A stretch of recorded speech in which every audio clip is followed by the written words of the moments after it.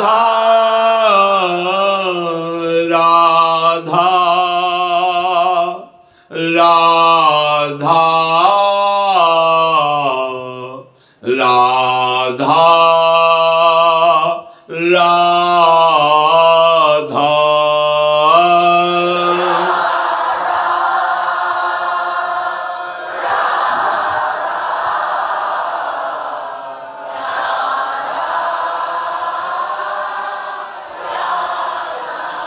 श्री राधा वल्लभ लाल की जय। परम सच्चिदानंद घन प्रेम आनंद स्वरूप नवनिभृत निकुंज परम पावन महामहिम श्री वृंदावन धाम, वृंदावन धाम के लाडिले युगल चंद्र श्री प्रिया प्रीतम जो समस्त हित परिकर, ये जो हमें सानिध्य मिला है, ये बड़े बड़े देवताओं को, ईश्वर कोटि के महापुरुषों को भी सौभाग्य नहीं मिला। ये सर्वाश्चर्य में सौभाग्य है। मलिन माया के द्वारा ढके हुए ज्ञान के कारण हम नहीं समझ पा रहे कि हमारे ऊपर लाडली जू की कितनी कृपा है। श्रीपाद प्रबोधानंद जी महाराज ज्ञान की चरम अवस्था को प्राप्त महापुरुष जब वृंदावन की रज का, वृंदावन के रसिक शिरोमणि महापुरुषों के चरणों का आश्रय लिया तो ये वृंदावन धाम की महिमा उनके मानस पर प्रकाशित हुई। उन्होंने प्रेम नेत्रों से देखा, जो वेदांत दर्शी नेत्र थे। वृंदावन की रज ने उन्हें प्रेमांजन लगा करके प्रिया प्रीतम की दिव्य लीला और दिव्य धाम के दर्शन की योग्यता प्रदान की। वो देख रहे हैं। स्थूलम सूक्ष्मम कारणम ब्रह्मतुल्यम श्री वैकुंठ द्वारिका जन्म भूमि कृष्ण स्याथो गोष्ठ वृंदावनम तत् गोप्या क्रीडम धाम वृंदावनांत। आहा, कैसी महिमा है जहां आप बैठे हैं श्रीधाम वृंदावन की। बोले स्थूल से सूक्ष्म, सूक्ष्म से कारण, ये महान है। इस जगत का कारण लोक ब्रह्मलोक कहा जाता है। सूक्ष्म लोक देवलोक, तपलोक, महरलोक, जनलोक और स्थूल लोक के अंतर्गत ये आता है। स्थूल से श्रेष्ठ सुख सूक्ष्म लोकों में, देवलोक में, उससे भी बड़ा सुख ब्रह्मलोक में है। उससे भी जो ब्रह्म तुर्यावस्था को प्राप्त महापुरुष हैं, पीछे आपने सत्संग में सुना, वो ब्रह्मा से भी श्रेष्ठ सुख। और जो ब्रह्म तुर्य सुख है उससे भी श्रेष्ठ वैकुंठ का सुख है। क्योंकि ब्रह्म तुर्यावस्था को प्राप्त शनकादि भगवान वैकुंठनाथ के दर्शन के लिए कितने व्याकुल हैं। जब वो पहुंचते हैं, थोड़ा सा उनको रोक दिया जाता है तो व्याकुलता असहनीय हो जाती है और वहां फिर जो हुआ सब प्रसंग जानते हैं। तो ब्रह्म की तुर्यावस्था को प्राप्त सुख से भी श्रेष्ठ वैकुंठ सुख है। वैकुंठ सुख से भी अधिक महामहिम द्वारिकापुरी का सुख है। द्वारिकापुरी से भी श्रेष्ठ मथुरा जन्मभूमि है। कल आपने श्रवण किया मथुरा महिमा को। उससे भी श्रेष्ठ है ये ब्रज 84 कोश भूमि, जिसमें श्री लालजू महाराज अपने सखाओं के साथ गाय चराना और बहुत सी क्रीड़ाएं करना। ये गाय कौन है? बोले ब्रह्मानंद मवाप्य तीव्र तपसा सम्यक प्रसादेश्वरम गोरूपा सकला इहोपनिषदा कृष्णे रमन्ते ब्रजे। भगवान श्री कृष्ण की गौओं के रूप में मूर्तिमान जो वेद का सार उपनिषद, उसका सार ब्रह्मानंद है, वो ब्रह्मानंद तप करके ब्रज की गायें बना करके, अर्थात एक एक श्रुति एक एक निषद उपनिषद का जो तत्व है ब्रह्मानंद, वो सब बहुत गायों के रूप में आकर के ब्रह्मानंद मवाप्य तीव्र तपसा सम्यक प्रसादेश्वरम गोरूपा सकला इहोपनिषदा कृष्णे रमन्ते ब्रजे।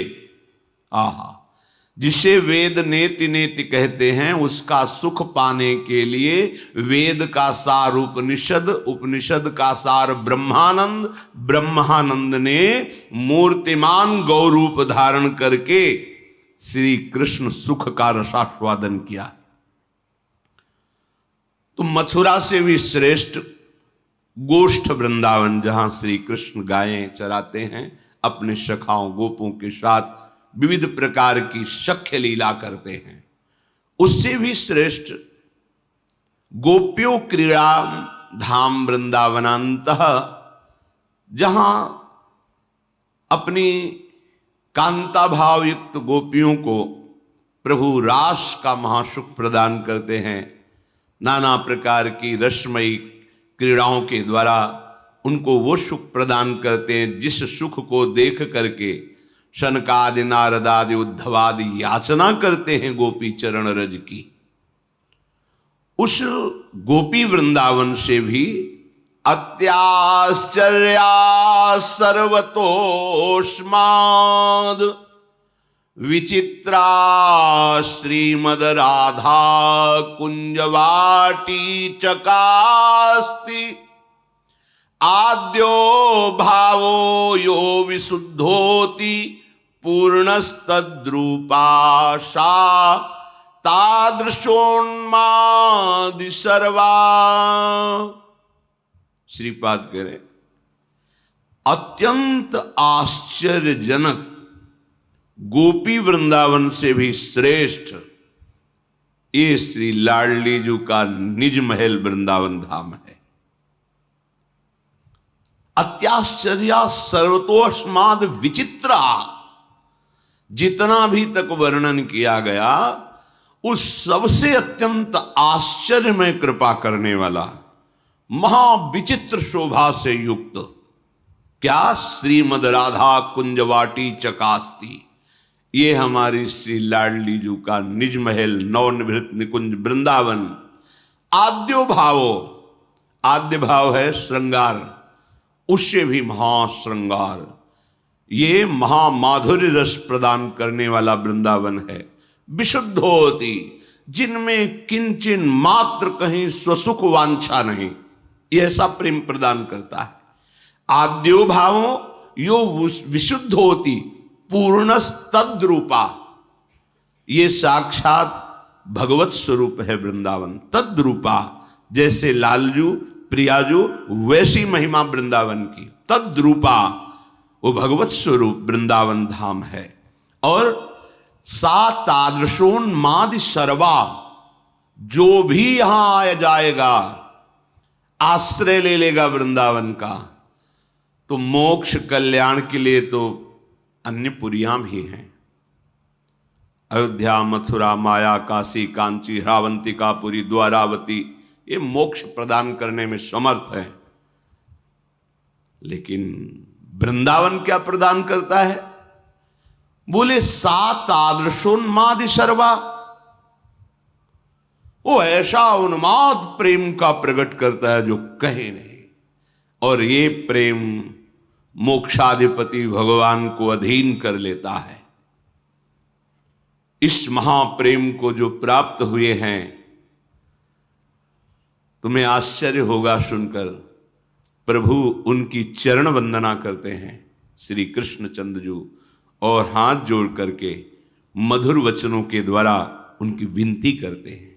यस्यास्ते बत्किंकरीषु बहुसस चाटूनि वृंदाटवी कंदर्पः कुर्ते तव किमपि प्रेप्सु प्रसादोत्सवम। लाडली की कृपा प्रसाद के लिए लाडली की सहचरियों की वंदना करते हैं, चाटुकारिता करते हैं, प्रसन्न करने वाले, मनाने वाले, विनयपूर्ण वचन बोलते हैं। मेरी लाडली के भाव में भरी हुई ये सखी सदैव मेरी प्रियाजू को सुख पहुंचाती, इसलिए यस्यास्ते बत्किंकरीषु बहुसस चाटूनि वृंदाटवी कंदर्पः कुरुते तवैव किमपि प्रेप्सु प्रसादोत्सवम। ओहो, ऐसा प्रेम श्री धाम वृंदावन प्रदान करता है। ऐसे महामहिम श्री वृंदावन धाम में तत्रैवाविर्भाव यद्रूप शोभा। क्या लाभ मिला? बोले जब वृंदावन की रहनी से रहा तो उसके सामने वृंदावन कृपा करके प्रकाशित हो गया। ये द्वार वृंदावन है, इसमें त्रिगुण माया की खाई है, जिसमें विशाल सेनापति काम क्रोध लोभ मोह मद मत्सर प्रथम द्वार पे ही खड़े हैं। यदि किसी रसिक महापुरुष के वचनों का आश्रय नहीं है तो तत्काल परीक्षा होगी और आपको त्रिगुणात्मिका माया की खाई में फेंक दिया जाएगा, सतोगुण रजोगुण तमोगुण, और आप जान ही नहीं पाएंगे कि वृंदावन क्या है। एक नगर जैसा दिखेगा ये अलौकिक चिदानंद धाम, आपको एक साधारण भाव में दिखाई देगा, कहीं कोई ऐसा कहीं कोई वैसा। लेकिन यदि आपने रसिकों का आश्रय लिया, रजरानी का सेवन किया, उनकी आज्ञा के अनुसार उपासना की, तो तत्रैव आविर्भाव, उसके सामने वृंदावन प्रकट होता है।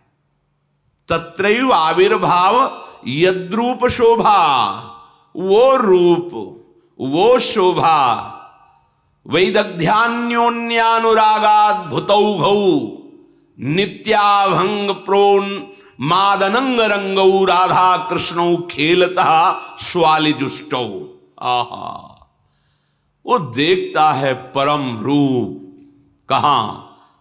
अद्भुत अद्भुत कुंज निकुंजे वृंदावन की लता सम कोटि कल्प तरुणाई, रज की तुल बैकुंठ नहीं और लोक की माई।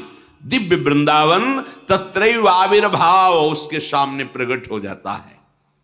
वो शोभा, वो रूप हमारे प्रिया प्रीतम का, वो प्रेम, वो महारसमयी क्रीड़ाएं किसकी? श्यामा श्याम की। राधा कृष्णो खेलता स्वाली जुष्टौ, अपनी अली माने सहचरी, अपनी सहचरियों के साथ जहां महारसमयी क्रीड़ा से श्यामा श्याम कर रहे हैं, तो आप कहोगे हमें क्रीड़ा देखने का कौन सा शौक है, क्या मिलेगा? अरे तुम तो इतनी मूढ़ता धारण करते हो कि झूठे खेल में फिर और नया झूठा और उसमें पैसा लगा के देखने जाते हो। संसार झूठा और उसमें और झूठा खेल। तुम्हें पता है जो मैं देखने जा रहा हूं बिल्कुल झूठा है, फिर भी पैसा लगाते हो, लाइन में खड़े होते हो और देखने जाते हो। तुम बुद्धिमान हो?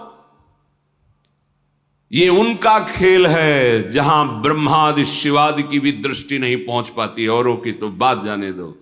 और एक झलक मिल जाए तो मोक्ष भी कड़ुआ लगता है। वेणु कानन कुणित श्रवण सुंदर सुनत मुक्ति सम सकल सुख पाए पग पेलिरी।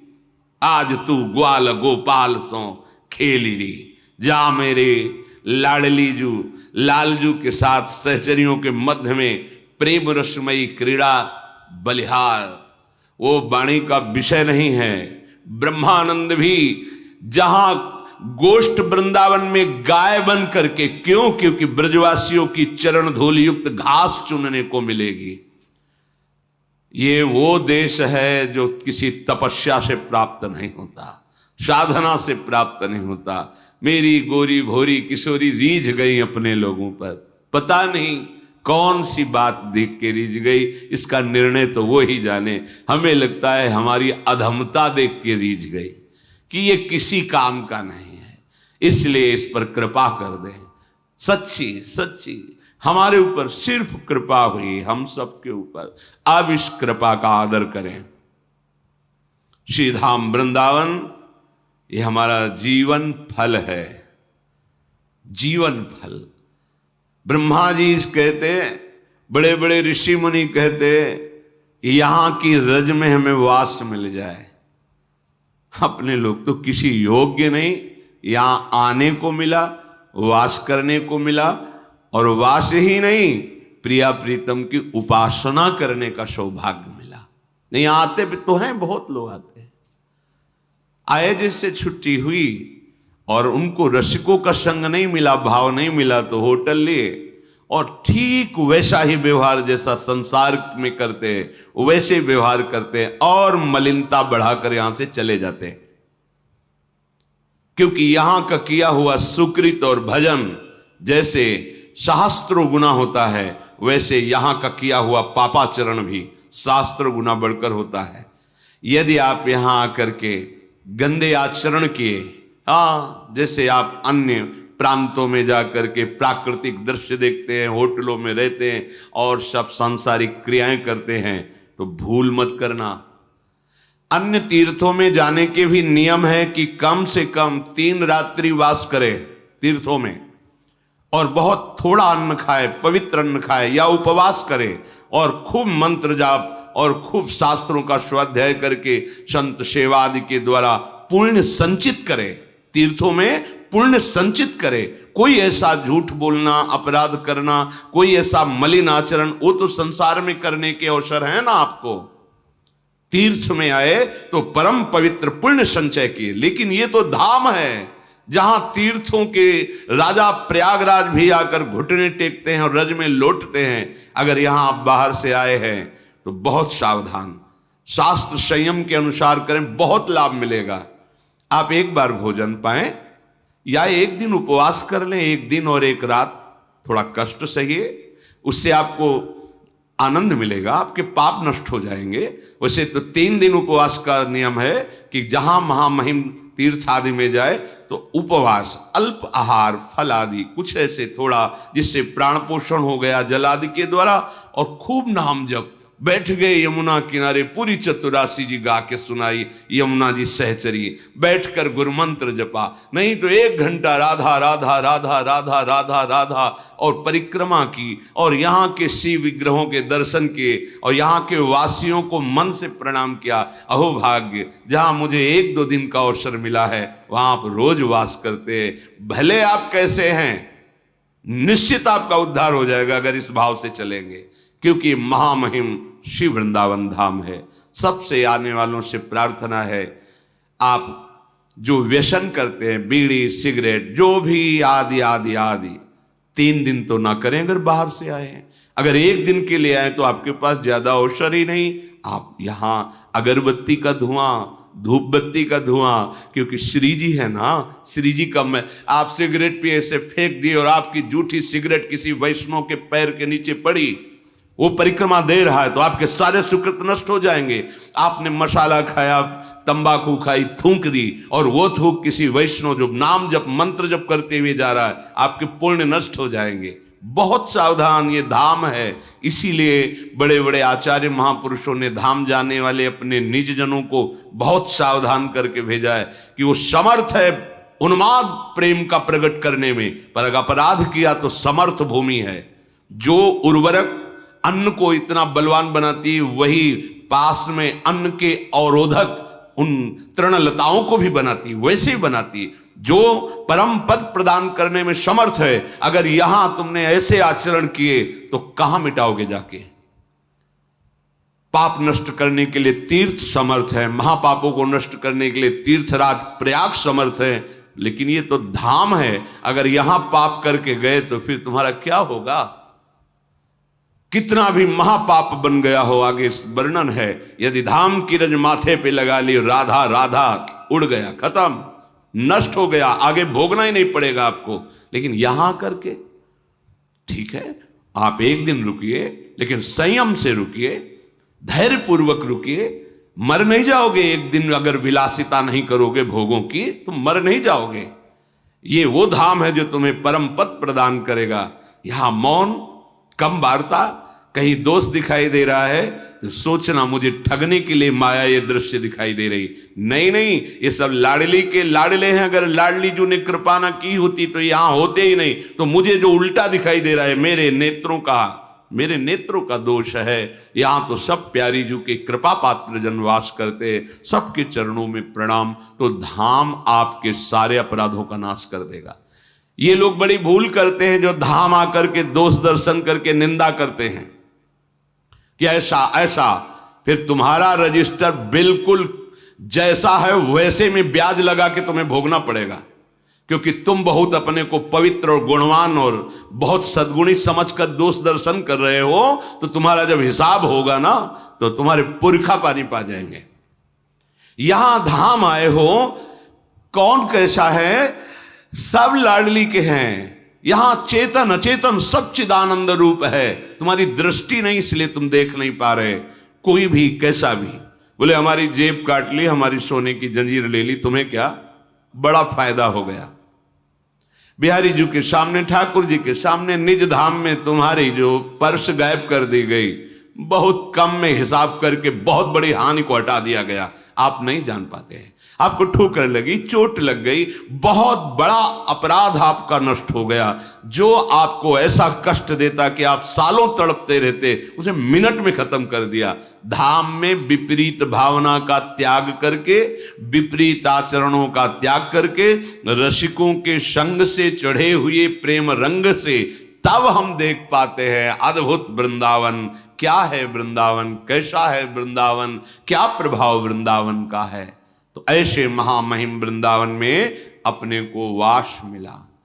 अपने को लाडली जो ऐसी करुणा करी कि भक्त और भगवान के पावन चरित्रों के श्रवण करने का सौभाग्य मिला।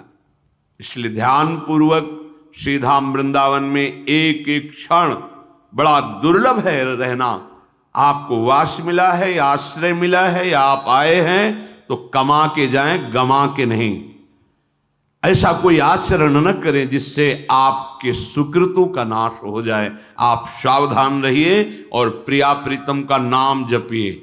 जब जय दिन वृंदावन रहो, जितने मिनट वृंदावन रहो, तो वृंदावन बस के इतनो बड़ो सयान, जुगल चरण के भजन बिन निमिष न दीजे जान। और जो दुख सुख आवे उसे धैर्यपूर्वक भोगने की क्षमता ये धाम, ये नाम, ये प्रभु के चरणारविंद का आश्रय प्रदान करता है। नहीं, यहाँ दुख सुख का चक्र चलता ही रहता है। देखो हम आप तो जीव हैं। चरित्र सुनो, भगवान स्वयं श्री हरि जहाँ अवतार लिए, वहाँ के पावन चरित्र में भी कैसा भारी दुख, कैसा भारी सुख, दोनों का कैसा क्रम चल रहा है। महाराज अयोध्यापति चक्रवर्ती सम्राट दशरथ जी, जिनकी रक्षा में गुरुदेव वशिष्ठ जी परम ज्ञानी, समस्त सिद्धियों के स्वामी विराजमान हैं, आज ऐसी विपत्ति टूट पड़ी। सुबह होना है राज्याभिषेक और रात के ही मंथरा की प्रेरणा से कैकेयी जी दो वरदान मांग लेती है। ये मन की जो मनमानी दुलार करने वाले हैं, यही मंथरा है। ध्यान रखना, ये जो मन है यही मंथरा है। ये ऐसी दुष्ट सलाह देता है कि यहाँ राम का राज्याभिषेक ना हो। ध्यान रखना, कभी मन सलाह नहीं देता कि भगवत प्राप्ति कर लो। ये सदैव सलाह देता है ऐसे भोगों में लगाने की जो सर्वनाश कर दे। मंथरा की सलाह में आ गई कैकेयी जी। पहले तो डांट लगाई थी, पर जब बार बार तो लगा कुछ है। ऐसे ही मन है, एक बार डांट लगाने से काम नहीं चलेगा। हर बार इसकी बात में जो शास्त्र विरुद्ध हो, धर्म विरुद्ध हो, इसकी सलाह बिल्कुल मत मानिएगा। ये हमारे अंदर बैठा हुआ हमारा मित्र बनकर ये हमारा बड़ा भारी शत्रु है, जो मुझे ठग रहा है, भगवत विमुख कर रहा है। जब भगवान श्री राम को पता चला कि ऐसा वरदान मांगा गया है, प्रभु कौशल्या जी से अनुमति ली। प्रभु को वनवास के लिए जाते देखकर सियाजू ने अनुमति ली।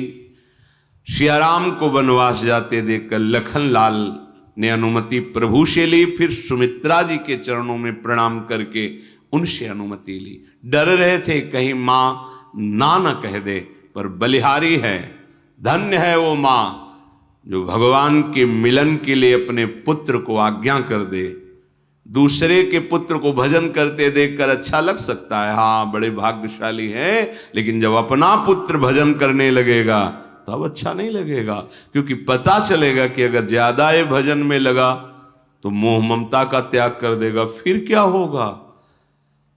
ये मन बड़ा विचित्र है, बहुत विचित्र है। लक्ष्मण जी ने सोचा कहीं माता मोहवश ऐसा ना कह दे कि नहीं नहीं लाला तुम यहीं अयोध्या में रहो, पर धन्य है माता। माता ने कहा भूरि भाग भाज अनुभयहु मोह समेत बलि जाऊं, जो तुम्हारे मन छाड़ी छलू कीन्ह राम पद ठाऊं। लाल, लखन लाल, मैं बलिहारी जाती हूं। ऐ पुत्र, आज मैं कह सकती हूं कि बहुत मेरा सौभाग्य है, क्योंकि मेरे पुत्र लाल आपने छल छोड़कर राम जी के चरणों का आश्रय और प्रेम प्राप्त किया है। आज मैं बलिहारी जाती हूं तुम्हारी कि मुझे तुम्हारे जैसा राम भक्त पुत्र मिला है। पुत्रवती जुवती जग सोई, रघुपति भगत जासु सुत होई, न तरु बांझ भली बादी बियानी,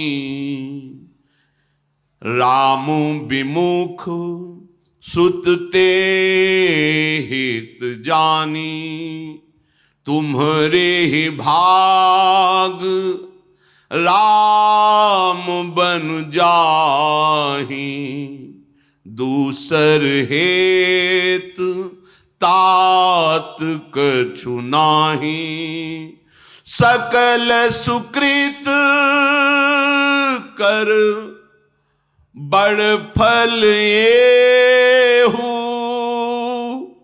राम सीय पद सहज सनेहू। हे लखन लाल, संसार में वही युवती स्त्री पुत्रवती कहलाने योग्य है जिसका पुत्र भगवान का भक्त हो, सदाचरण करने वाला, देशभक्त, जन समुदाय को सुख पहुंचाने वाला, परहित की भावना से युक्त हो। अगर ऐसा नहीं, भगवत विमुख है, केवल अपने स्वार्थ परायण अधर्माचरणों से उदर और जनेन्द्री के पोषण में लगा हुआ है, तो बोले ऐसे पुत्र से तो बांझ रहना मां का अच्छा है। पशु की भांति प्रसव करना, बियानी शब्द पशुओं में लगाया जाता है। गाय भी आ गई, बियानी माने पुत्र जन्म होना, वो पशु की तरह पुत्र को जन्म दे रही है। जो देशभक्त रही है, भगवत भक्त रही है, हित की भावना नहीं रखता, संयम से नहीं चलता, मनमानी अधर्माचरण, तो उससे अच्छा था मां बांझ रह जाती, पुत्र प्रकट ही ना होता। भगवान की इस महान सद्गुण वृत्ति से रहित, सम्मुखता से रहित बांझ रहना अच्छा है। वो व्यर्थ में पुत्र को प्रकट किया। तात, तुम्हारे भाग्य से तुम्हें भगवान जो वन जा रहे हैं ना, तुम्हें महासुख देने के लिए जा रहे हैं, क्योंकि तुम्हें सेवा का अवसर मिला। मुझे तो और कोई कारण नहीं दिखाई दे रहा, क्योंकि समस्त तपस्या, साधना और पुण्यों का फल है भगवान श्री हरि के चरणों में प्रेम हो जाना। समस्त साधनाओं का, पुण्यों का फल है हृदय में प्रभु से अपनापन हो जाना। पुत्र कैसे वनवास करना, माता उपदेश कर रही। रागु रोषु ईर्षा मधु मोहु, जन सपने हूं इनके बस हो, सकल प्रकार विकार बिहाई, मन क्रम बचन करेहु सेवकाई। कभी राग काम के अधीन मत होना, सहसा कोई क्रोध के वश में होकर कार्य मत कर देना, कभी किसी से ईर्ष्या मत करना, कभी अहंकार मत करना, और मोह का त्याग करके जिस प्रकार से प्रभु को सुख मिले वैसे ही रहना। कोई भी विकार तुम्हें परास्त न कर पावे, सावधान रहना, वनवासी के लिए आदेश है। राग का तात्पर्य रजोगुण, रजोगुण से काम प्रकट होता है। काम नहीं अर्थात भोग वासना का त्याग, रोष नहीं, क्योंकि कामना की पूर्ति में बाधा पड़ने पर क्रोध आता है। कामा संजायते क्रोधा, क्रोध नहीं, ईर्ष्या नहीं, अहंकार नहीं, मोह नहीं, सकल प्रकार विकार बिहाई। जो भगवत विमुख करने वाले विकार हैं, इनको त्याग करके मन से, वचन से, कर्म से केवल अपने आराध्य देव की सेवा में मगन रहना। मन क्रम वचन करे सेवकाई। हे मेरे लाल, मेरा उपदेश तुम हृदय में धारण करो, सदैव ऐसे आचरण करना जिससे सिया राम सुखी होवें, प्रसन्न होवें। श्री कृष्ण अनुकूल लेन, अपने आराध्य देव के अनुकूल आचरण, हमारा कोई आचरण हमारे आराध्य देव को दुख ना पहुंचावे। प्रतिकूलस्य वर्जनम। लक्ष्मण जी को ऐसी आज्ञा दी, सुमित्रा जी ने हृदय से लगाया और कहा सदैव राम चरणों में रति हो। ऐसा आनंद लखन लाल को मिल रहा है मानो सर्वस्व मिल गया हो। प्रभु के साथ प्रभु की निरंतर सेवा का सौभाग्य। मातु चरण सिरुनाई, चले तुरत संकित हृदय, बागुर विषम तुराई, मनहु भाग मृगु भाग बस।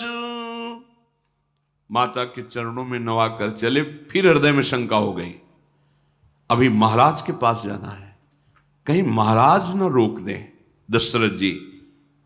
बस हृदय में आनंद उठता है और फिर शंका आ जाती है, एक बार महाराज से भी अनुमति मिल जाए, कहीं महाराज ऐसा विघ्न न डाल दें कि हमने तुमको तो वनवास नहीं दिया, लखनलाल तुम मेरे पास रहो। ऐसा विचार, कभी आनंद उठता है प्रभु के साथ रहने का, कभी महाराज रोक न दे, ऐसी सशंकित वृत्ति हो जाती है। वहां पहुंचे जहां सिया राम जी इंतजार कर रहे हैं। लखनलाल जी ने प्रणाम कर कहा, मां ने आनंद सहित आज्ञा प्रदान कर दी है। प्रभु सिया राम लखन तीनों जा रहे हैं कैकेयी के भवन में। नगर की संपूर्ण प्रजा सब मार्ग के आसपास खड़ी विलाप कर रही कि हाय अब क्या होगा, हम सबका क्या होगा। सब हाथ मल रहे हैं, कोई सिर पीट रहा है, कोई बड़ा व्याकुल होकर मूर्छित हो रहा है। अपार भीड़ लगी हुई कैकेयी के भवन के द्वार पर। प्रभु महल में प्रवेश किया। सुमंत्र जी ने महाराजा धीराज की जय हो, रघुनाथ जी पधारे हैं। आंख खोल करके महाराज दशरथ जी ने देखा, सिया राम लक्ष्मण व्याकुल हो गए, समझ गए कि ये तीनों हमें लगता है वन के लिए तैयार होकर के आ रहे हैं। इशार बोलने की तो सामर्थ्य नहीं, इशारे से बुलाया। ऐसे तीनों को हृदय में ऐसे लगा के बहुत व्याकुल, कुछ बोल ही नहीं पा रहे।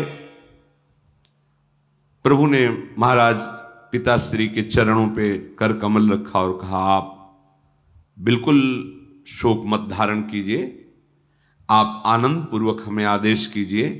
आपकी आज्ञा पालन में जो हमें सुख है वो राज तिलक में सुख नहीं है। हिम्मत की महाराज दशरथ जी बोलने के लिए राम जी का हाथ अपने हाथ में पकड़कर कहा, सुनहु तात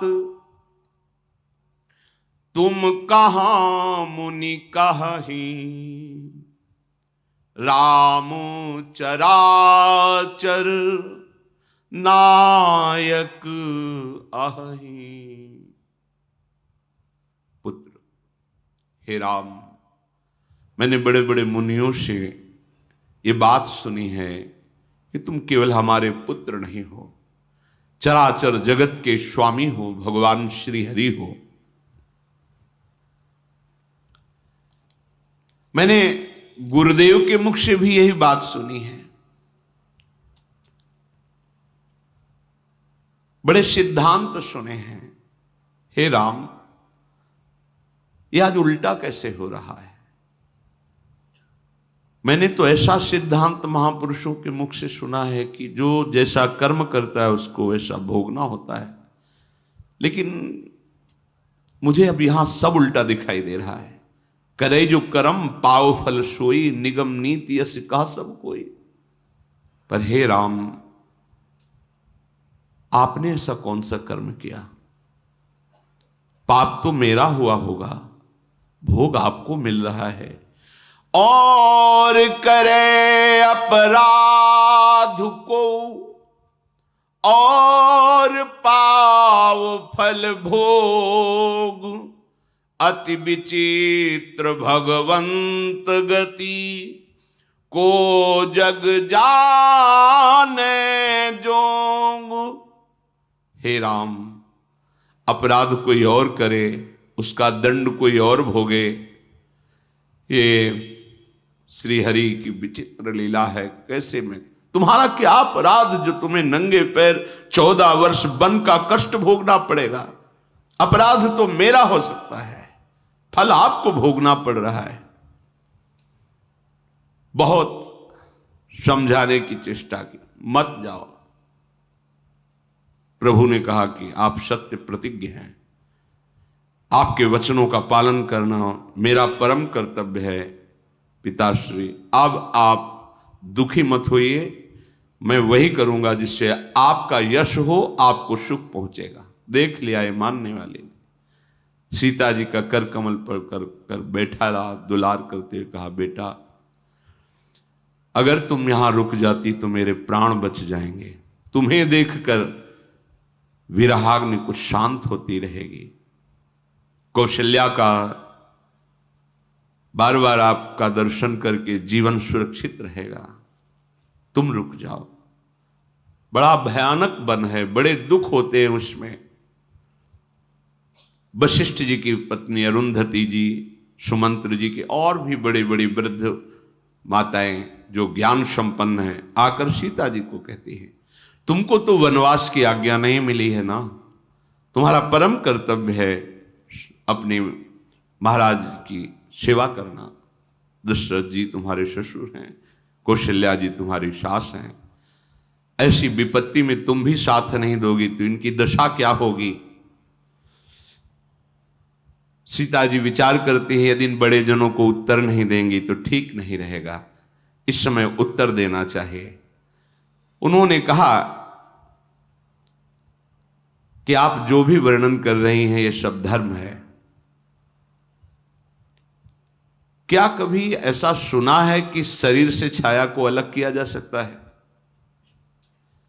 क्या कभी ऐसे सुना है कि जीव अंतर ध्यान हो जाए और शरीर चैतन्य रहे? यदि ऐसा नहीं तो फिर राम के बिना सिया नहीं रह सकती। राम की छाया सिया है। राम अगर जीव तो सिया देह है। मैं बिलग नहीं रह सकती। मुझे क्षमा किया जाए, उत्तर नहीं देना चाहिए, पर मैं प्रभु के बिना प्राण नहीं रख सकती। कैकेयी जी को बहुत क्रोध आया, तमतमा करके उठी और मुनियों के मृगचर्म, मेखला और कमंडल रख दिया कि इनको पहनो, यहां ज्यादा बात करने की आवश्यकता नहीं। कैसा स्वरूप कैकेयी का भगवान ने प्रकट कर दिया, थोड़ी भी करुणा नहीं, कोई दया का लेस नहीं। इनको पहनो और तत्काल वन के लिए गमन करो। महाराज दशरथ आंख खोलकर कैकेयी की तरफ देख रहे हैं। बस अब तो प्राण निकलना ही चाहेंगे, कैसे मैं रह सकता हूं, इसको रोकना चाहिए। तो और आकर मुनियों के वस्त्र दे दिए, और प्रभु तो ऐसे मुस्कुरा रहे जैसे राज तिलक हो रहा हो। तत्काल वस्त्र परिवर्तन किए, मुनिवेश में भगवान श्री राम, लखन और सियाजी। महाराज मुनिवेश में देखते ही फिर मूर्छित हो गए। किसी को महल में कुछ सूझ नहीं रहा, कोई उपाय नहीं सूझ रहा। प्रभु ने दशरथ जी के चरणों में झुककर प्रणाम किया, माता कैकेयी के चरणों में मस्तक रख बलिहारी। कहीं भी ईर्ष्या, द्वेष, रोष, क्रोध कहीं भी नहीं प्रभु के हृदय में। इन्हीं का जब अवतरण होता है भक्त के हृदय में, तब ये स्वभाव आता है। ये भगवत स्वभाव है, ये प्राकृतिक गुण नहीं है। ये चिदानंद प्रभु का चिंतन करते करते ब्रह्मविद ब्रह्मयु भवति, वो भगवत स्वरूप हो जाता है। तब ये महिमा उसके हृदय में जागृत होती है।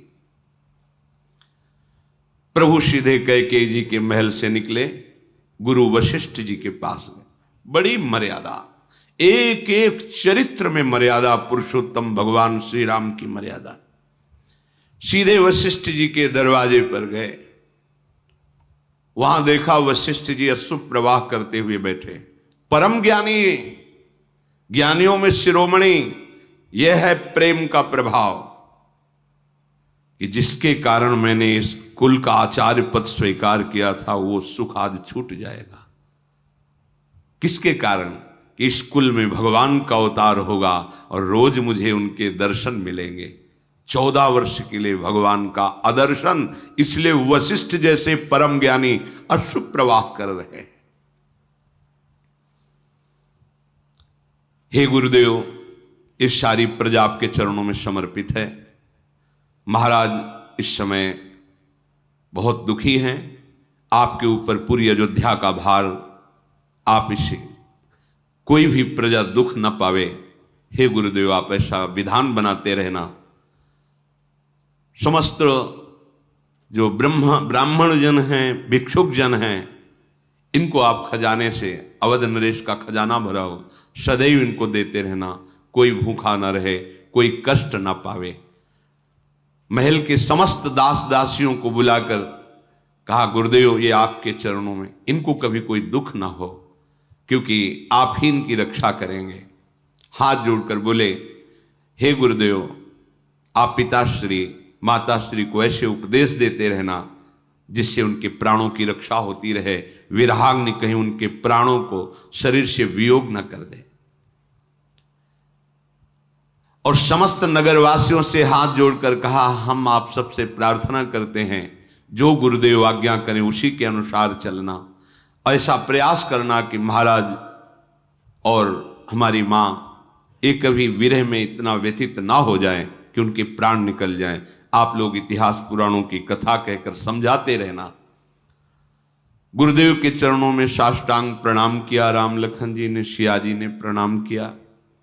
फिर भगवान महादेव जी का स्मरण करके, महादेव जी का स्मरण करके, भगवान श्री राम अवधपुरी को प्रणाम करके, भगवान का ये जन्म स्थान जगत मंगल करने वाला है अयोध्या, अयोध्यापुरी को भगवान ने प्रणाम किया।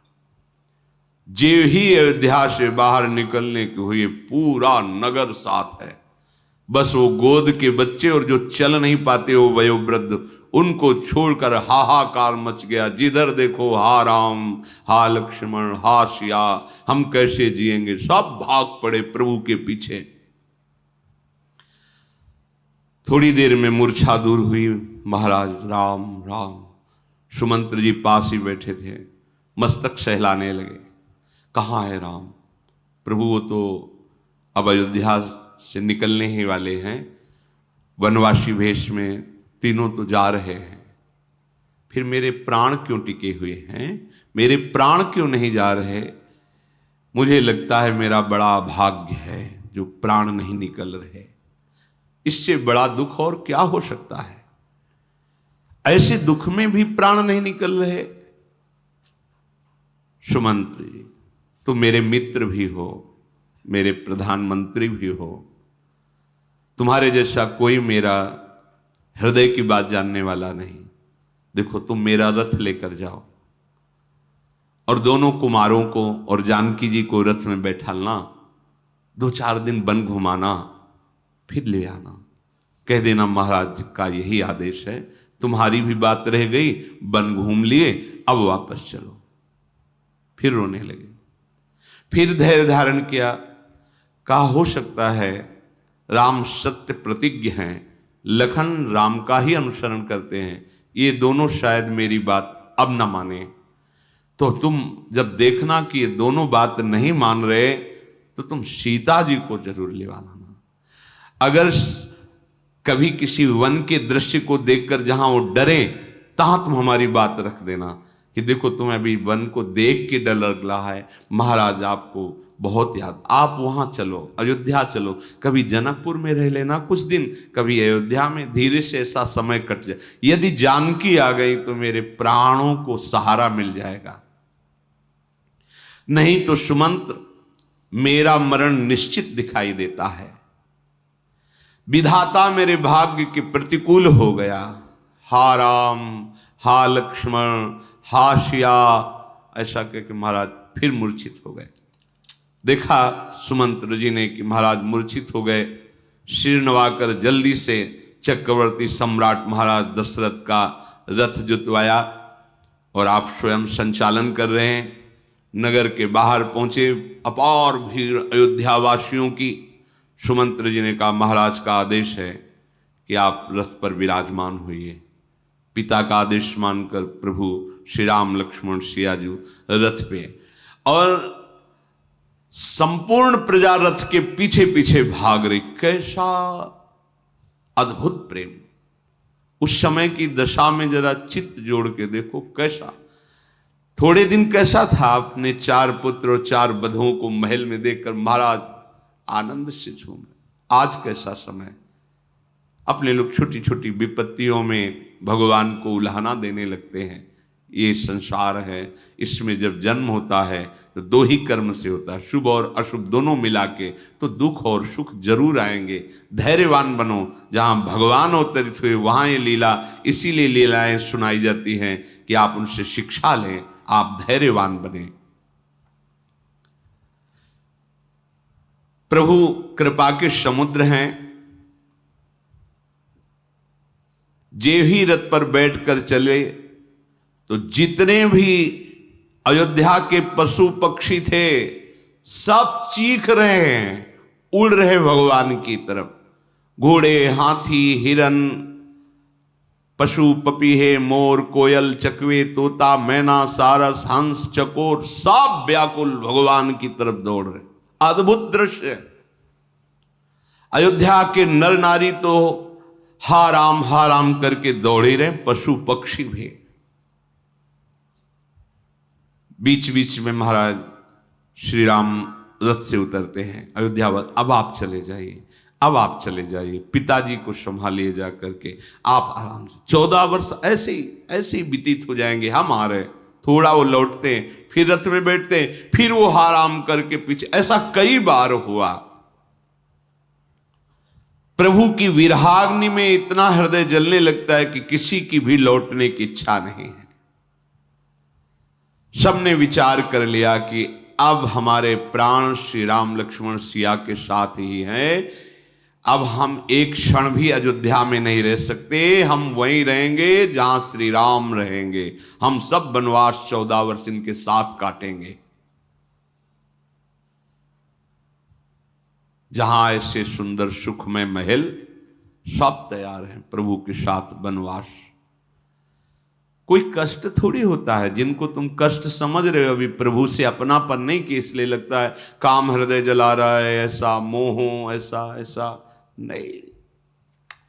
सब सुख है। अयोध्या में कोई घर ऐसा नहीं बना हुआ है जो देवराज इंद्र की अमरावती पुरी को भी मात न कर दे। चक्रवर्ती सम्राट राजा धीराज महाराज दशरथ जी, और जहां भगवान अवतरित हो रहे हैं, रिद्धियां सिद्धियां ठेलियां कर रहे हैं, वो अयोध्या सबको काटने वाली लग रही, जलाने वाली लग रही। मेरे राम जब वन को जा रहे हैं तुम नहीं रहेंगे। प्रभु के मिलन के लिए चलने वाला उपासक भोगों की तरफ आकर्षित हो, कम समझ में आया। अभी प्रभु की चाह पैदा नहीं हुई।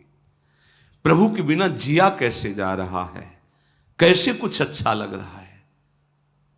अरे प्रभु की लगन लग जाए तो ब्रह्मादिक के भोग सब विषम लागत ताहि, नारायण ब्रज चंद की लगन लगी है जाए। बालक वृद्ध बिहाई गृह, लगे लोग सब साथ, तमसा तीर निवास किय, प्रथम दिवस रघुनाथ। जो चल नहीं पा रहे थे और जो गोद के बालक थे वही घरों में थे, बकाया सब अयोध्या के वासी प्रभु के साथ।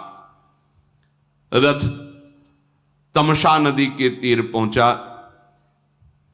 प्रभु ने पहला विश्राम, पहली रात का विश्राम तमसा तीर पे किया।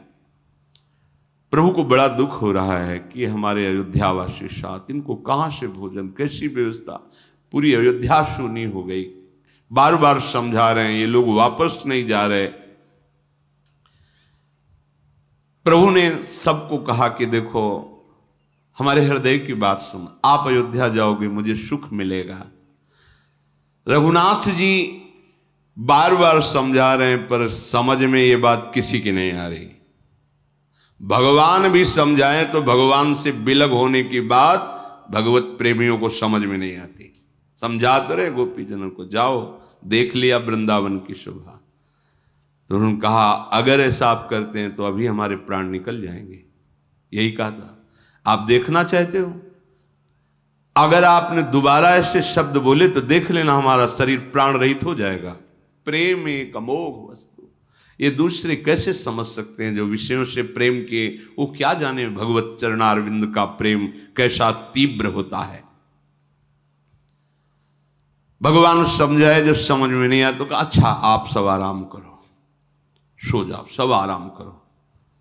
कुछ देवी भागवती की ऐसी माया हुई कि थके और व्याकुल अयोध्यावासी सो गए। प्रभु के नेत्रों में नींद कहां। जब देखा दोपहर रात बीत गई, सब निद्रा देवी की गोद में है। सुमंत्र जी से धीरे से कहा कि कुछ पत्ते ऐसे बांधो पहिए में जिससे पहिए के चिन्ह ना बने, और ऐसी चाल से चलाओ कि अयोध्यावासी जान ही न पावे कि रथ किधर गया है। महान चक्रवर्ती सम्राट राजा के मंत्री भी हैं, मित्र भी हैं, सारथी भी हैं, बड़े महिमा सुमंत्र जी की है। सुमंत्र जी ने बड़ी ही चतुरता पूर्वक प्रभु को विराजमान करके रथ आंका कि कहीं चिन्ह ही नहीं दिखाए, मानो रथ उड़ गया, वहां से दिखाई ही नहीं दे रहा। ऐसा जेव ही चौथा पहर रात्रि का लगा, प्रातःकालीन वेला देखा प्रभु श्री राम नहीं, लक्ष्मण नहीं, सिया जी नहीं, सुमंत्र जी नहीं। बड़ा हाहाकार मच गया। हा राम हा लखन, हा राम हा श्या, चारों तरफ भाग रहे हैं अयोध्यावासी। न रथ के चिन्ह दिखाई दे रहे पहिए के, न कहीं प्रभु दिखाई दे रहे। ऐसा लग रहा है मानो समुद्री जहाज जल में डूब गया हो तो जो यात्रियों की दशा होती, वो दशा अयोध्यावासियों की। जो बड़े बूढ़े लोग थे वो एक दूसरे को उपदेश करते हैं, प्रभु में कठोरता का तो स्पर्श भी नहीं है। वो हमारे सुख के लिए हमें छोड़ दिया कि हम वन में कष्ट पाएंगे। तो अब जैसा हमें प्रभु चाहते हैं, यद्यपि हम अपने को धिक्कार देते हैं कि प्रभु से बिलक जीना पड़ेगा, पर प्रभु के दर्शन की आस रखकर हम 14 वर्ष जिएंगे, प्रभु का इंतजार करेंगे, सब एक दूसरे को समझा करके। रास्ते में कहते जाते हैं कि विधाता मृत्यु क्यों नहीं दे देता, प्रभु से विमुख होकर मैं कैसे जीऊंगा। ऐसे शौक संताप से रोते विलाप करते अयोध्या वापस आ गए। 14 साल की अवधि भगवान दर्शन देंगे इस आशा से जी रहे हैं। जब श्री सियाजू के सहित सीता सचिव सहित 2 भाई श्रृंगबेरपुर पहुँचे जाई, उतरे राम देव सर देखी कीन दंडवत हरसु विषेखी। श्या राम लखन मंत्री सुमंत्र जी श्रृंगबेरपुर पहुंचे। गंगा जी की अद्भुत निर्मल जल धारा बह रही। प्रभु रथ से उतरकर पहले गंगा जी को प्रणाम किया। है कौन गंगा जी? इन्हीं की चरणामृत है। लेकिन जो प्रभु नरलीला कर रहे तो वैसे दंडवत किया गंगा जी को। लखनलाल ने भी प्रणाम किया, शिया जी ने भी प्रणाम किया। भगवान गंगा की तरफ देख कर कह रहे, गंग सकल मुद मंगल मूला, सब सुख करनी हरनी सब शूला। कहीं कहीं कोटिक कथा प्रसंगा, राम बिलो कहीं गंग तरंगा। हे लक्ष्मण देखो गंगा जी कैसे आनंद में प्रवाहित हो रही। जो गंगा जी का सेवन करता है वो समस्त मंगलों को प्राप्त कर लेता है। गंगा जी सबको सुख प्रदान करने वाली और दुख भई पीड़ाओं को हरने वाली है। अनेकों प्रसंग भगवान गंगा जी के तट पर श्रवण कराते हैं गंगा जी की महिमा की। फिर श्या जी, लक्ष्मण जी, राम जी, मंत्री सुमंत्र जी गंगा जी में स्नान करके जो श्रम था वो दूर किया, गंगा जल का पान किया, बार बार गंगा जी को माथे पे लगा रहे हैं। भगवान ये आदेश करते ऐसे गंगा जी का सेवन करना चाहिए। पहले दंडवत, आचमन मस्तक पर, फिर वहां जैसे गंगा यमुना का सेवन साबुन लगा के मल के, ये ऐसे बस गोता लगाओ 1 2 11 21 जितने खड़े होकर नाम जप करो, बाहर निकल जाओ। अब मलने के लिए तो बहुत तुम्हारे घर में स्नान गृह है, खूब वहाँ साबुन जैसे लगाते हो, लेकिन जब कहीं धाम आओ, तीर्थ आओ, किसी परम पावन महामहिमा में यमुना जी गंगा जी का सेवन तो भाव से करो। पहले प्रणाम करो, फिर आचमन करो, फिर जल मस्तक पर रखो, फिर अंदर प्रवेश करो। बस सीधे ऐसे गोते लगाओ। अगर आपको मलना है तो वहाँ की बालू लेकर ऐसे मलिए, फिर गोते लग, फिर ऐसे नहीं, फिर गोते लगाइए, बाहर निकल जाइए। अपने अधोवस्त्रों को बाहर निचोड़िए, पुनः धोने की आवश्यकता नहीं। अगर धोना है तो पात्र में जल लीजिए और बाहर जाकर ऐसे डालकर प्रक्षालन करके अपने झोले में रख लीजिए। वैसे चाहिए तो ऐसे ही बाहर वस्तु उतार कर पॉलीथीन में या किसी बैग में रखकर अपने बाथरूम में धोए। जितना पवित्र आदर करोगे उतना ही आपको लाभ प्राप्त होगा। ऐसे थूक रहे हैं ऐसे नहीं, अगर साबुन लगा रहे हैं ऐसे नहीं, शौच हो रहे हैं लगू ऐसे, बहुत पवित्रता का भाव। ये परम पावन यमुना जी है ना, श्री जी का सीधा प्रेम प्रदान करने वाली। गंगा जी जिनके चरणों से प्रकट हुई वो महिमा वर्णन कर रहे हैं, वो अवगाहन कर रहे हैं गंगा जी का। जब निषाद राज गुह ने उस पार खबर पाई कि अयोध्या ने इस महाराज राजाधिराज दशरथ जी के लाडले श्री राम, लखन और शिया और महामंत्री सुमंत्र जी पधारे हुए हैं गंगा के उस पार, बहुत आनंदित हुआ।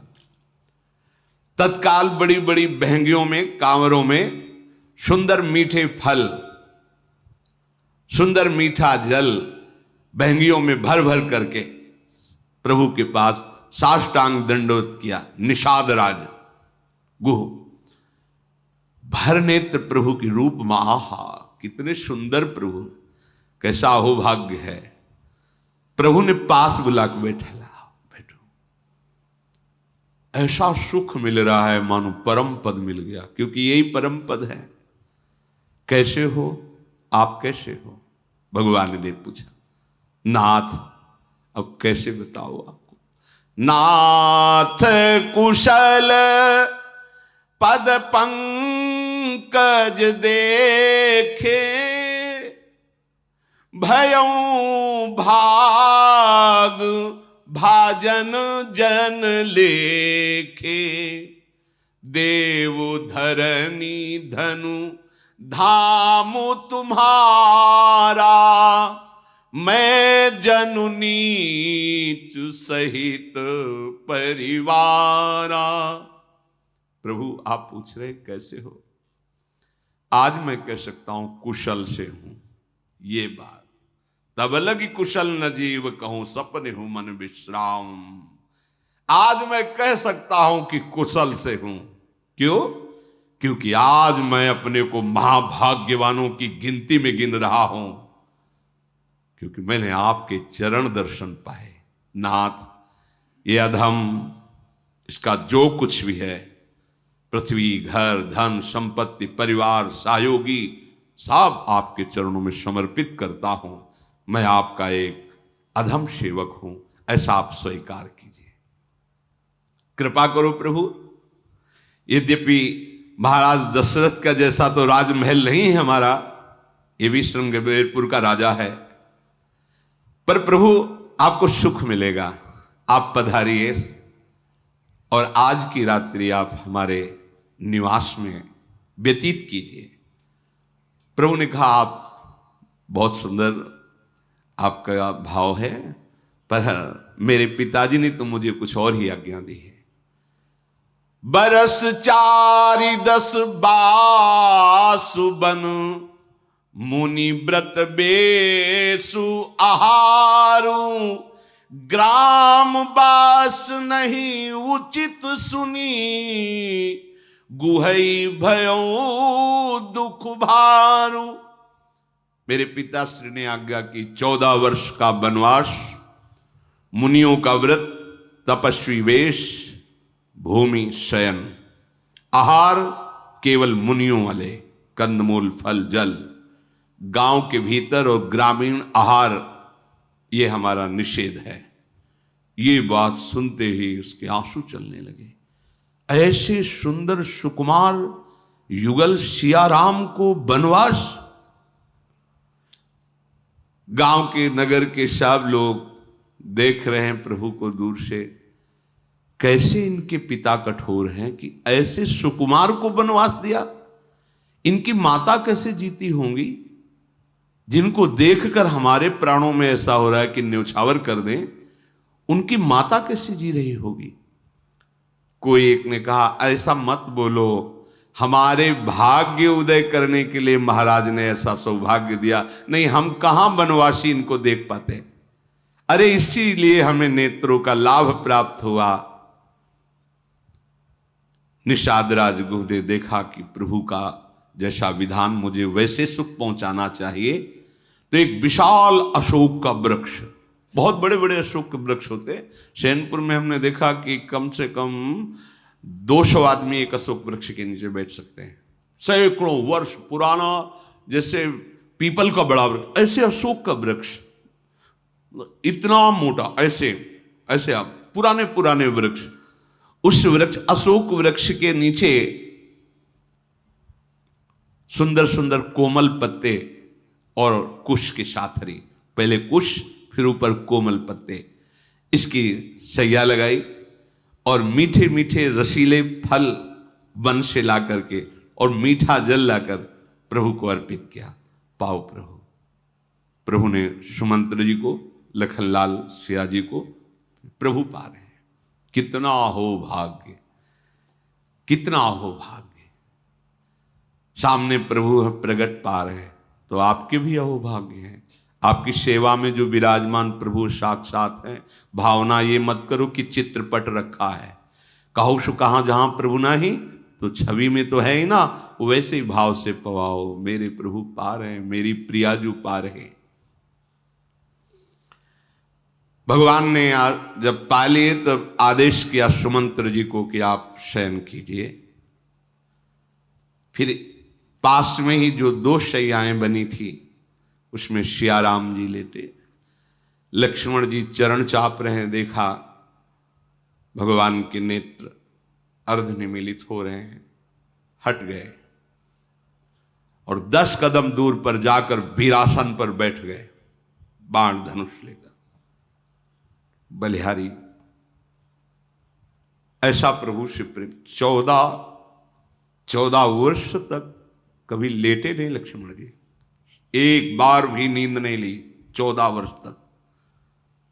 कैसा भगवत, ये तो भगवान नहीं है, पर कैसा भगवत प्रेम सेवा का स्वरूप। प्रभु शयन में वीरासन में बैठ गए लक्ष्मण जी। निषाद राज ने देखा लक्ष्मण जी वीरासन में, समीप जाके चरण वंदना करके लक्ष्मण जी के समीप बैठे। देखा कि लक्ष्मण जी के नेत्रों में प्रेमाश्रु है कि अयोध्या की कोमल शैया पर जिनको नींद नहीं आती, वो प्रभु आज कुछ की साथरी पर सो रहे हैं। लक्ष्मण जी क्योंकि स्वयं सैया बनते हैं लक्ष्मण जी जिनकी, वो प्रभु हैं। शेषावतार भगवान लखनलाल शेष रूप में हर समय हरि को शयन कराते हैं, अपने देह की शैया बनाकर। निषाद राज प्रभु के बगल में विराजमान हो करके लक्ष्मण जी को देखकर, उनके भाव को देखकर कहा कि महाराज मुझे भी चैन नहीं आ रहा। कहां चक्रवर्ती सम्राट महाराज दशरथ का वो महल, वो सुखद सैया, वो तकिया, और कहां ये कुश की साथरी, जहां इतनी सुंदर सुख सामग्री, वहां इतना दुख। मैं कैसे मैं धैर्य धारण करूं? फूस की साथरी पर लेटे हुए प्रभु को देखकर रो पड़ा निषाद राज गुह। लक्ष्मण जी से कह रहा है कि जिन्हें महाराज प्राणों की तरह संभाल करते थे, वो आज ऐसे पृथ्वी पर पड़े सियाराम जी। क्या सब कुछ भाग्य से ही होता है क्या? निषाद राज ने, सब कुछ भाग्य से ही होता है क्या? क्या इतना भाग्य प्रधान होता है? महाराज मुझे तो बहुत गुस्सा आ रहा है, यद्यपि मैं छोटा मुंह हूं, बोलना नहीं चाहिए। निषाद राज कह रहा है पर कि कैकेयी राज की जो पुत्री बहुत नीच बुद्धि का काम किया है। श्री राम और जानकी को यह दुख देख करके मुझे बोलने की सामर्थ्य नहीं, बोलने योग्य भी नहीं, पर नहीं ला नहीं जा रहा। ऐसा नीच कार्य किया है कि ये सूर्य कुल के लिए कुल्हाड़ी बन गई। कुबुद्धि ने विश्व को दुख प्रदान कर दिया सिया राम को वनवास देकर। लक्ष्मण जी ने कहा सावधान मत ऐसा बोलिए। बोले लखन मधुर मृदु बानी, ज्ञान विराग भगति रस सानी, को न काहू के सुख दुख कर दाता, निज कृत कर्म भोगु सब भ्राता। लक्ष्मण जी ने ज्ञान वैराग्य और भक्ति रस में सनी हुई वाणी से कहा, भैया कोई किसी को सुख दुख नहीं दे सकता है, सबको अपने किए हुए का ही फल प्राप्त होता है। ये मिलना, ये बिछुड़ना, ये भोग, ये वियोग, ये शत्रु मित्र उदासीन, ये कुछ नहीं है। ये सब माया का दिखावापन है, ये माया का भ्रम फंद है। जन्म मृत्यु संपत्ति विपत्ति कर्म काल जहां तक जंजाल है, धरती घर धन नगर परिवार स्वर्ग नरक व्यवहार, जो कुछ जितना भी देखने में सुनने में मन के अंदर विचार में आता है, सब मोह के कारण अज्ञान के कारण आता है। परमार्थता एक परम तत्व के सिवा कोई नहीं है। लक्ष्मण जी ने धरनी धाम धनु पुर परिवारु, सरगु नरकु जहां लगी व्यवहारू, देखिए सुनिय गुनिय मन माही, मोह मूल परमारथ नाही। इसलिए निषाद राज, जैसे स्वप्न में कोई राजा भिखारी हो जाए तो क्या वो भिखारी हो गया क्या? कोई स्वप्न में कंगाल चक्रवर्ती सम्राट बन जाए तो क्या सम्राट बन गया क्या? जगने पर कोई लाभ या हानि नहीं होती। स्वप्न में राजा बनना या भिखारी बनना कोई लाभ हानि नहीं है। बिल्कुल ठीक ऐसे ही मोह निशा सब शोभनिहारा,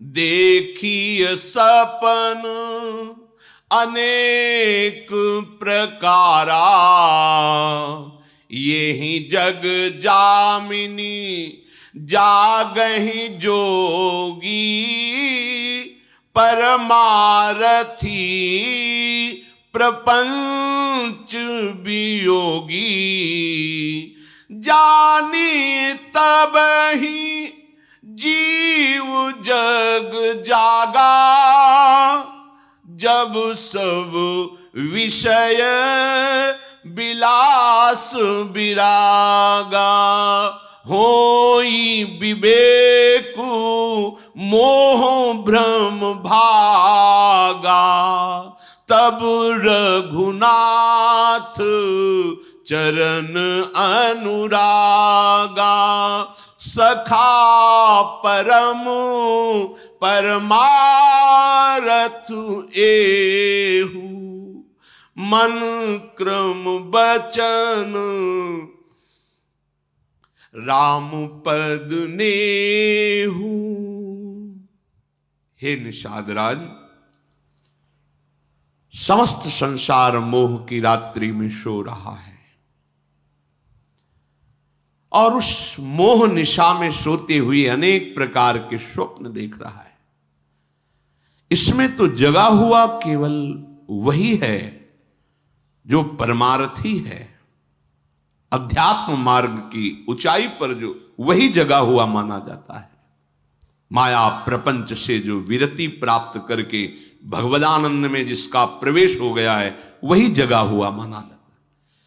जगत में जीव को जगा हुआ तभी माना जाएगा जब संपूर्ण भोग विलास उसके हृदय में इच्छा ना पैदा कर पावे। वैराग्य, विवेक होने पर मोह रात्रि का नाश हो जाता है। अज्ञान का नाश होने पर प्रभु श्री हरि के चरणों में प्रेम हो जाता है। हे सखा, मन वचन और कर्म से प्रभु के चरणों में प्रेम होना यही जीवन का परम लाभ है, यही परम परमार्थ है। तुम शोक मत करो, ये कुश की सैया पर सोए हुए मेरे राम जानते हो कौन है? राम ब्रह्म परमारथ रूपा, अविगत अलख अनादि अनुपा, सकल विकार रहित गत भेदा, कही नित नेति निरूपहि वेदा। हे सखा, ये मेरे राम कोई मनुष्य नहीं है, ये परम वस्तु परम तत्व पर ब्रह्म परमात्मा है। ये अविगत हैं, कोई इनको अपने मन बुद्धि से नहीं जान सकता। ये मन बुद्धि में उतरते हैं, मन बुद्धि वहां तक पहुंच नहीं सकता। ये कृपा करके मन बुद्धि में आते हैं। अलख, इनको नेत्रों से नहीं देखा जा सकता। इन नेत्रों में जब दिव्य दृष्टि होती है, जैसे अर्जुन को विराट रूप दिखाने के पहले भगवान ने दिव्य दृष्टि दी, ऐसे ही भगवान को देखने के लिए दिव्य दृष्टि मिलती है। गुरुदेव रूप से भगवान प्रकट होकर के जो उपासना और ज्ञान देते हैं, उसी से दिव्य दृष्टि जागृत होती है।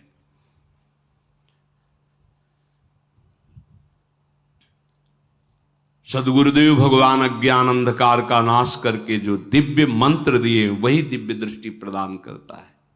सुमिरत दिव्य दृष्टि ही होती। श्री गुरु पदनख मणिगण ज्योति, सुमिरत दिव्य दृष्टि ही हो। गुरुदेव भगवान की चरण नख कांति का चिंतन करने वाले उपासक के हृदय में वो दिव्य दृष्टि जागृत हो जाती है, जिससे भगवान का साक्षात्कार होता है। इसीलिए चाहे शिव बिरंच सम होई, गुरु बिनु भवनिधि तरी अनक होई। ये अलख हैं, इनको लख सकने की दृष्टि यही प्रदान करते हैं। हे निषादराज, ये अनादि हैं, ये अनंत हैं, ये अनुपम हैं। इनके हृदय में कोई भी विकार नहीं, कोई भी वेद नहीं। वेद जिनको नेति नेति कर कहते हैं, वही पर ब्रह्म परमात्म तत्व कुश की साथरी पर सोए हुए, ये कोई मनुष्य नहीं है। ये कृपा करके अपने भक्तों को सुख देने के लिए, दुष्टों का विनाश करने के लिए, धर्म की स्थापना के लिए ये नर रूप धारण किए हुए हैं। इसलिए तुम ऐसे मोह भरे वचन मत बोलो। श्री राम जी के चरणों का दर्शन करके इनमें प्रेम करो। वार्ता करते करते सुबह हो गया। जगत का मंगल करने वाले भगवान उठे, अपनी नित्य दिनचर्या की, स्नान किया और आदेश दिया बरगद का दूध लाओ। और जो कोमल घुंघराले श्याम केस थे, बट वृक्ष के दूध से जटाएं बनाई लक्ष्मण जी ने, राम जी ने। सुमंत्र जी की अश्रुधारा चल रही है। अभी सुमंत्र जी विराजमान है। हृदय में दाह प्रकट हो रहा है, उदासी छा गई। हाथ जोड़कर बोले, प्रभु आपने बिना पूछे जटाएं बना ली। महाराज कह रहे थे 4 दिन घुमा के पुनः वापस ले आना, आप जटाएं मत बनाइए, आप वापस चलिए। महाराज ने कहा था बस 2-4 दिन घुमा लाना, महाराज के प्राण बच जाएंगे, आप लौट चलो। जैसा कहा है महाराज ने, मैं विनय कर रहा हूं, पर मैं हृदय से जैसा उन्होंने कहा मैं बता नहीं पा रहा हूं। मान जाओ हे राम जी, मेरी बात मान जाओ, आप महाराज को बचा लीजिए। और भगवान के चरणों में रो के गिर पड़े और बालक की तरह, जैसे बालक रोता है ऐसे चरण पकड़कर चिल्लाकर रोने लगे, हमारे महाराज को बचा लिए, अगर आप नहीं चले तो महाराज नहीं बचेंगे। भगवान श्री राम गंभीरता से कहा कि आप पिता तुल्य हैं, आप वही कीजिए जिससे अयोध्यानाथ सुखी हो और हमारा जो सत्य वचन हमारे लिए आदेश दिया गया है उसका हम पालन कर सकें। आप सिद्धांत को जानने वाले हैं, आप मुझे विवश मत कीजिए। मैं हर संकट को सह सकता हूं, पर सत्य को नहीं छोड़ सकता। भगवान ने बड़े बड़े शिव दधीचे आदि हरिश्चंद्र आदि सत्य के प्रति कितना कष्ट सहे। सत्यवान के लिए सत्य से बढ़कर कोई लाभ नहीं है। वेद शास्त्र पुराणों में कहा गया है सत्य का पालन करना सबसे बड़ा धर्म है, और वो धर्म मुझे सहज में प्राप्त हो गया है। इसलिए मैं आपसे विनती करता हूं, आप मुझे धर्म से अलग करने की बात मत सोचें। देख लिया सुमंत्र जी ने कि प्रभु तो वापस होने वाले नहीं। प्रभु ने कहा जाकर हमारी तरफ से महाराज के चरण पकड़ना और कहना बार बार राम आपके चरणों को प्रणाम करता है, आप धैर्य धारण करो, आप हमारे पिता के समान हितैषी, आप ऐसे शब्द जाके बोलना जिससे महाराज किसी तरह अपने प्राणों की रक्षा कर सके। निषाद राज तो खड़े खड़े अश्रु प्रवाह कर रहा है। ये लीला देखकर लक्ष्मण जी ने थोड़ा कड़ुआ बात कहे महाराज के लिए, दशरथ जी के लिए। हाँ, जो बोले कह कि वही बात केवल माननी है। उन्हीं की बात में तो आकर के ऐसी हमारे प्रभु श्री राम को 14 वर्ष का वनवास। भगवान ने सुमंत्र जी से कहा, लक्ष्मण जी को रोका, सुमंत्र जी से कहा तुम्हें हमारी शपथ है, पिताजी को शब्द मत बोल देना जाके, बिल्कुल मत। अभी लक्ष्मण बालक है, समझता नहीं। लक्ष्मण जी को रोका और कहा यह बात कभी भूल से अयोध्या में न बोल देना महाराज जी के साथ। विकल हो गए सुमंत्र जी और कहा एक बात और प्रार्थना करूं। महाराज ने कहा था यदि राम लखन सत्य प्रतिज्ञा में वापस ना आवे, अगर सिया जी वापस आ जाएंगी तो मेरे प्राणों को सहारा मिल जाएगा। जिस दीनता और से महाराज ने कहा था वो दीनता तो मैं प्रस्तुत नहीं कर पाऊंगा, पर मुझे लगता है अगर सिया जी वापस हो जाए तो दशरथ जी के प्राण बच जाएंगे राम वियोग से। जो सीता जी ने देखा, फिर ये हमारे प्रभु संग में बाधा वाली बात आ गई। उन्होंने, सिया जी ने कहा, आप हमारे पिता के समान हैं, आप हमारी बात को इस समय क्षमा कीजिएगा, क्योंकि आपके सामने हमें बात नहीं करनी चाहिए। आप पिता तुल्य हैं, पर इस समय आरती वर्ष सन्मुख भयं विलगु न मानव तात। हे पिता के समान सुमंत्र जी, इस समय दुख संकट पड़ा है, इसलिए मैं आपसे संभाषण कर रही हूं। आप जो ये सब बातें बता रहे हैं नाते और संबंध की, प्रभु के नख चरण कांति के अलावा मेरा कोई संबंध ही नहीं। ये हरिवंश पतिव्रत हैं जिनके सुख संपत्ति दंपति। हम जानती हैं कि बड़े बड़े राजाओं के मुकुट हमारे ससुर के चरणों में है। हम जानती हैं कि बड़े बड़े ज्ञानियों की सभा में भी हमारे पिता का सम्मान होता है, जनक जी का। लेकिन प्रभु के चरण के सिवा हमें ना तो जनकपुर में शांति मिलेगी, ना चक्रवर्ती सम्राट महाराज दशरथ के भवन में। इसलिए बोलना नहीं चाहिए, पर मैं बोल रही हूं क्योंकि समय ऐसा है। रघुनाथ जी के चरण कमलों का एक क्षण भी वियोग मेरे प्राण नहीं सह पाएंगे। मुझे महान सुख मिलेगा यदि आप अब दोबारा हमसे या हमारे प्रभु से ये बात नहीं रखेंगे कि सिया जी को वापस कर दिया जाए।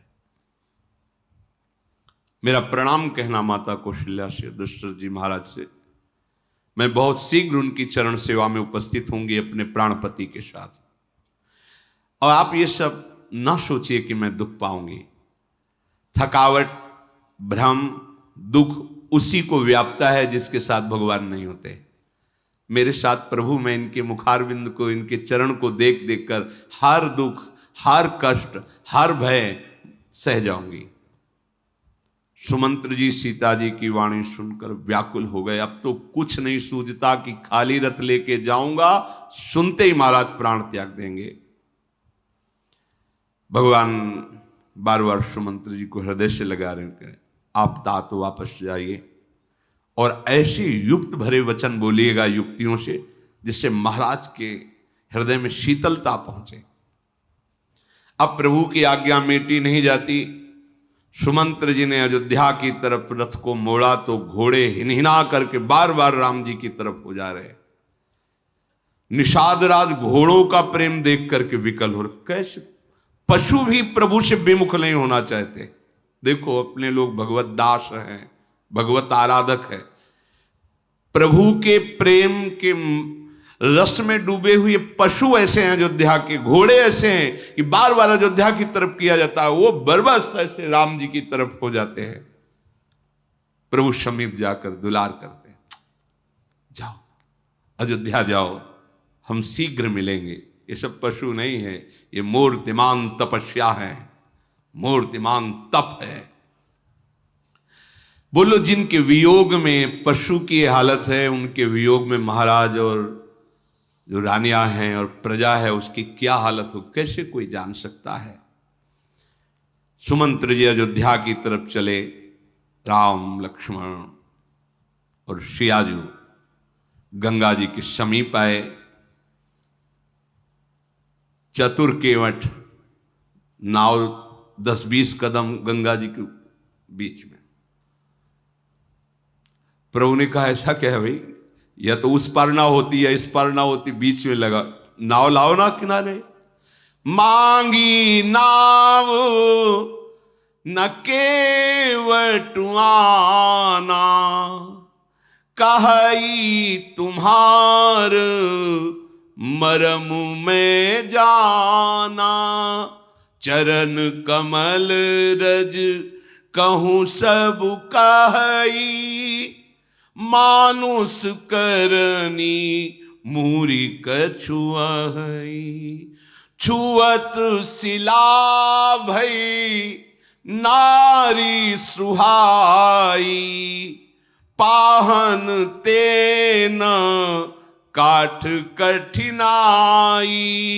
तरनीउ मुनि घरनी होए जाई, बाट परे मुरी नाव उड़ाई।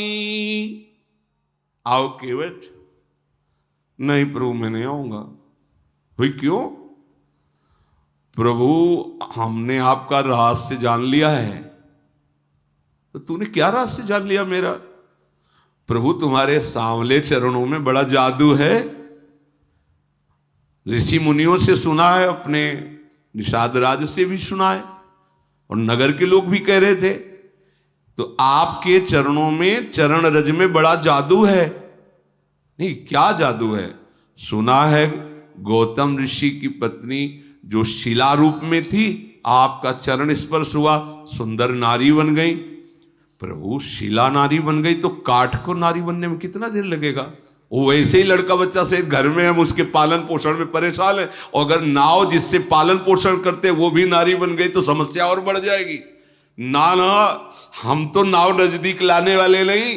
तरनी मुनि घरनी हो जाई, बाट परे मोरी नाव उड़ाई, ये ही प्रतिपालो सब परिवारू, नहीं जानो कछु और कबारू। मेरे और कोई धंधा नहीं, कोई व्यापार नहीं, ये गंगा पार करता रहता हूं, जो कुछ मिल जाता है परिवार चलाता हूं। ये नाव भी स्त्री बन गई तो खर्चा डबल बढ़ जाएगा, व्यापार बंद हो जाएगा। ये नहीं हो सकता। प्रभु ने कहा कि तो तुम कैसे राजी होगे? पार तो तुम्हें करना ही होगा, क्योंकि दूसरी नाव यहां दिखाई नहीं दे रही। तो जो प्रभु पार अवसी गा चहु, मोहि पद पदुम पखारन कहूं। एक बात है प्रभु, अगर आप पारे वास्तविक जाना चाहते हो, देख लो, जो भव समुद्र से पार करने वाले हैं उनसे केवट। अगर पार ही जाना चाहते हो तो एक बार हमें चरणों को धोने का अवसर दीजिए। मैं धो के देख लूंगा कि कहीं इसमें वो जादू काम तो नहीं कर रहा। मैं जल लाऊं कठौते में, चरण धोऊंगा। अगर कठौता स्त्री बन गया तो कोई घाटा नहीं होगा, क्योंकि नाव हमारी सुरक्षित रहेगी, आने जाने से वो मिलता रहेगा और परिवार चलता है। अगर कठौता स्त्री नहीं बना और हमने चरण धो लिया, फिर नाव में बैठा लेंगे कि वो केवल शिला ही नारी बन सकती, एक काठ जो है नारी ले। भगवान बहुत मुस्कुराए कि यार बड़ा विनोदी है ये केवट। जो प्रभु पार अवश्य गा चाहो, मोहि पद पदुम पखारन का। लक्ष्मण जी ने रोष दृष्टि, संभाल के बात कर, मानो नेत्रों ही नेत्रों में डांट रहे हो, संभाल के बात कर। इशारा की लक्ष्मण जी तरफ। अब डरने वाले नहीं है हम। पद कमल धोई चढ़ाई नाव, न नाथ उतराई चहो, मोहि राम रावुरी आन दशरथ सपथ सब साची कहो, बरु तीर मारहु लखन पे। ठीक है, मार दो, चलेगा, मुझे कोई घबराने की जरूरत नहीं। बरु तीर मारहु लखन पे, जब लगी न पाए पखारी हो, तब लगी न तुलसीदास नाथ कृपालु पार उतारी हो। झगड़े की जरूरत नहीं है, पार जाना हो तो चरण धुलवा लो। मैं कसम खा के कहता हूं महाराज, जब तक चरण नहीं धुलवाओगे पार नहीं करूंगा। और ये लखनलाल जी, मारना चाहते हो ना, मारो मारो, मेरा सौभाग्य है। इसमें क्या सौभाग्य है? जब मारेंगे तुम्हें तो सौभाग्य क्या होगा पता है तुम्हें? कहां मर रहा हूं? गंगा जी में, सीधे गंगा जी में। मार कौन रहा है? राम जी का भाई लखन। अपराध क्या है? केवल चरण पखारना चाहता है। साक्षी कौन है? स्वयं राम जी। मारो मारो, हमें कोई परवाह नहीं।